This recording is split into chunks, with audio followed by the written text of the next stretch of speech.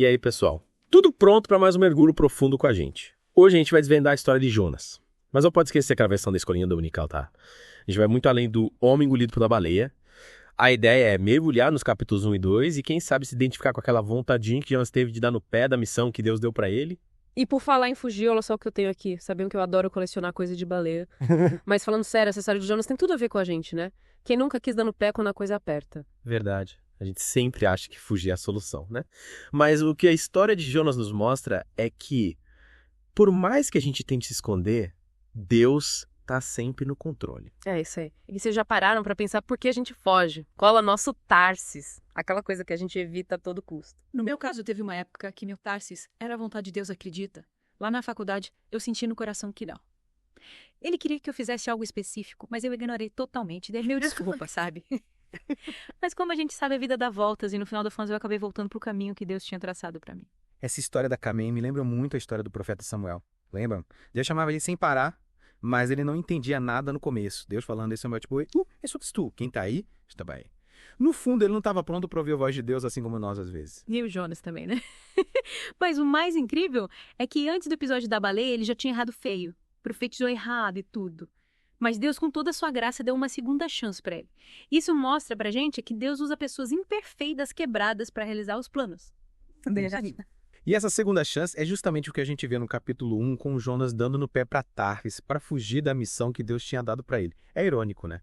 Jonas que servia ao Deus que criou o mar e a terra tentando escapar justamente pelo mar. Meio contraditório, né? Total. E essa fuga dele revela algo muito interessante sobre a natureza humana. Mesmo conhecendo a Deus, a gente ainda tenta controlar as coisas do nosso jeito. No fundo, Jonas achava que sabia mais, que Deus que fugir era a melhor opção. Ele tentou ser mais esperto que Deus, mas a gente sabe que isso nunca dá certo, né? E o que acontece? Uma baita tempestade. E reparem na reação dos marinheiros, cada um invocando seus próprios deuses em desespero. É a cara do ser humano, né? Quando o medo aperta, a gente se agarra em qualquer coisa. É verdade. Buscamos segurança onde achamos que podemos encontrar. E no meio do caos, Jonas admite: a culpa da tempestade é minha. Ele sabia que a fúria do mar era consequência da desobediência dele. E o que ele faz? Se joga no mar. É nesse momento de desespero que a gente vê a grandeza de Deus. Jonas reconhece a soberania dele mesmo tentado fugir. E reparem, ele se joga no mar, o domínio do Deus que ele tentou enganar.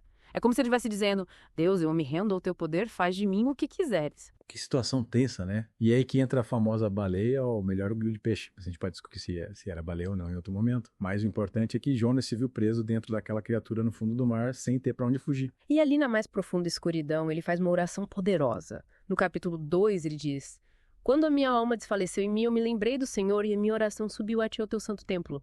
Que forte, né? É no momento de maior desespero que Jonas se volta para Deus. Exato, e é nessa oração que ele menciona os ídolos maus, que podem ser qualquer coisa que a gente coloca acima de Deus. O trabalho, dinheiro, status, até mesmo um relacionamento. No fundo, esses ídolos nos afastam do amor de Deus e nos levam para longe do caminho que ele traçou para nós. E aí, pessoal, qual é o Tarsis de vocês? Aquela coisinha que vocês estão fugindo? Qual é a tempestade que vocês estão enfrentando por causa da desobediência? Pensem nisso. A gente volta já para continuar essa conversa. E aí, pessoal? De volta ao nosso mergulho profundo na história de Jonas. A gente deixou ele lá dentro da barriga do grande peixe, né? Aí vocês já pararam para pensar que criatura era essa. Pois é, a Bíblia não especifica se era uma baleia mesmo, né? No original em hebraico, a palavra usada é dagegador, que significa grande peixe. Algumas traduções interpretam como baleia, mas a verdade é que a gente fica na curiosidade. Imagina o Jonas lá dentro no escuro total, sem saber o que ia acontecer. Que sufoco, né? Mas o importante é que ali dentro ele teve tempo para pensar na vida e no que ele tinha feito. E não foi só pensar, né? Ele se arrependeu de verdade e clamou a Deus por socorro. No capítulo 2, a gente vê a oração de Jonas reconhecendo que só Deus podia tirar ele daquela situação. E é incrível como Deus ouve a oração de Jonas mesmo depois de toda a rebeldia dele. O grande peixe vomita Jonas em terra firme, dando a ele uma nova chance de cumprir a missão. Mas será que Jonas ficou aliviado? Tipo, ufa, me livrei dessa. Será que ele entendeu o recado e finalmente decidiu obedecer a Deus? Aí que a história fica ainda mais interessante. Deus, em sua infinita paciência, repete a ordem: vá a Nínive e pregue a mensagem que eu te dei. É como se ele dissesse: Jonas, meu filho, a gente vai ter que tentar de novo, né? A mensagem precisa ser entregue. E como será que Jonas reage a essa segunda chance? Porque, vamos combinar, depois de passar 3 dias dentro de um peixe gigante, qualquer um ficaria traumatizado, né? Pois, mas o que a gente vê no capítulo 3 é que Jonas dessa vez obedece. Ele vai até Nínive, a capital da Síria, e anuncia que a cidade vai ser destruída em 40 dias se o povo não se arrepender dos seus pecados.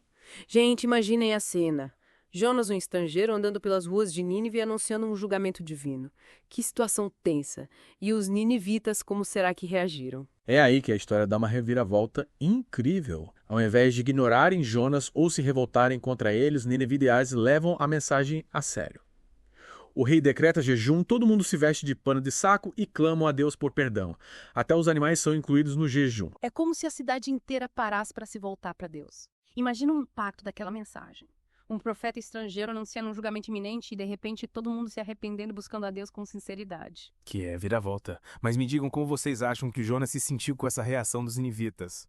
Ficou feliz que eles se arrependeram e escaparam do juízo de Deus. A gente podia esperar que sim, né? Afinal, ele tinha ido até lá pregar arrependimento, mas a história mostra pra gente que a gente nunca deve subestimar a capacidade humana de se surpreender e decepcionar. Exatamente. No capítulo 4 a gente vê que Jonas fica furioso com a compaixão de Deus pelos ninivitas. Ele preferia que a cidade fosse destruída mesmo depois do arrependimento dele. Mas por quê? Qual o problema do Jonas com os ninivitas?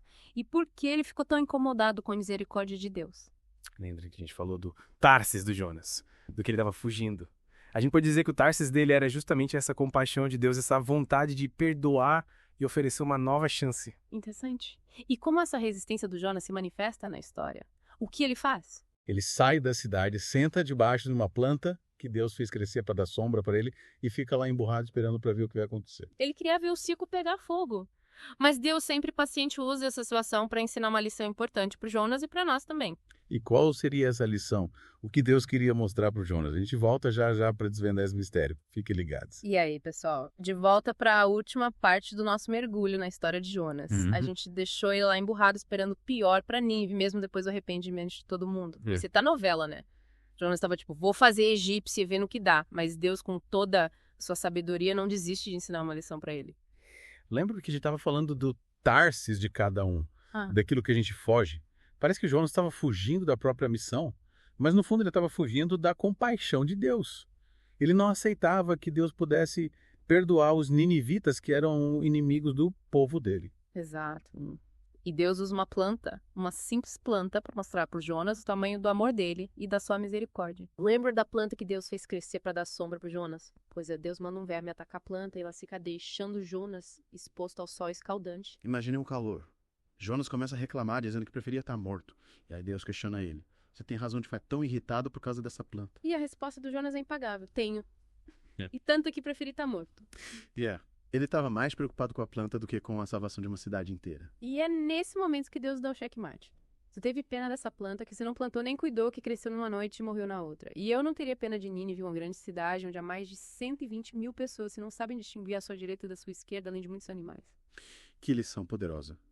Deus mostra para o Jonas e para a gente também que a compaixão dele se estende a todos, sem exceção.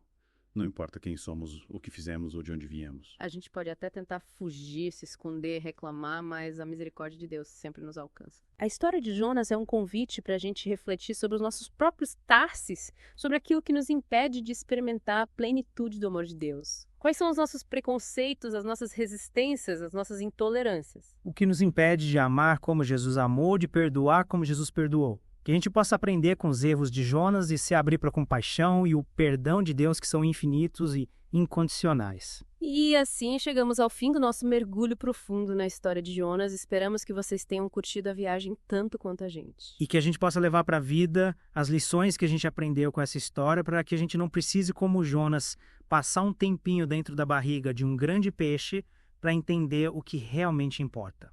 Valeu, pessoal. Até a próxima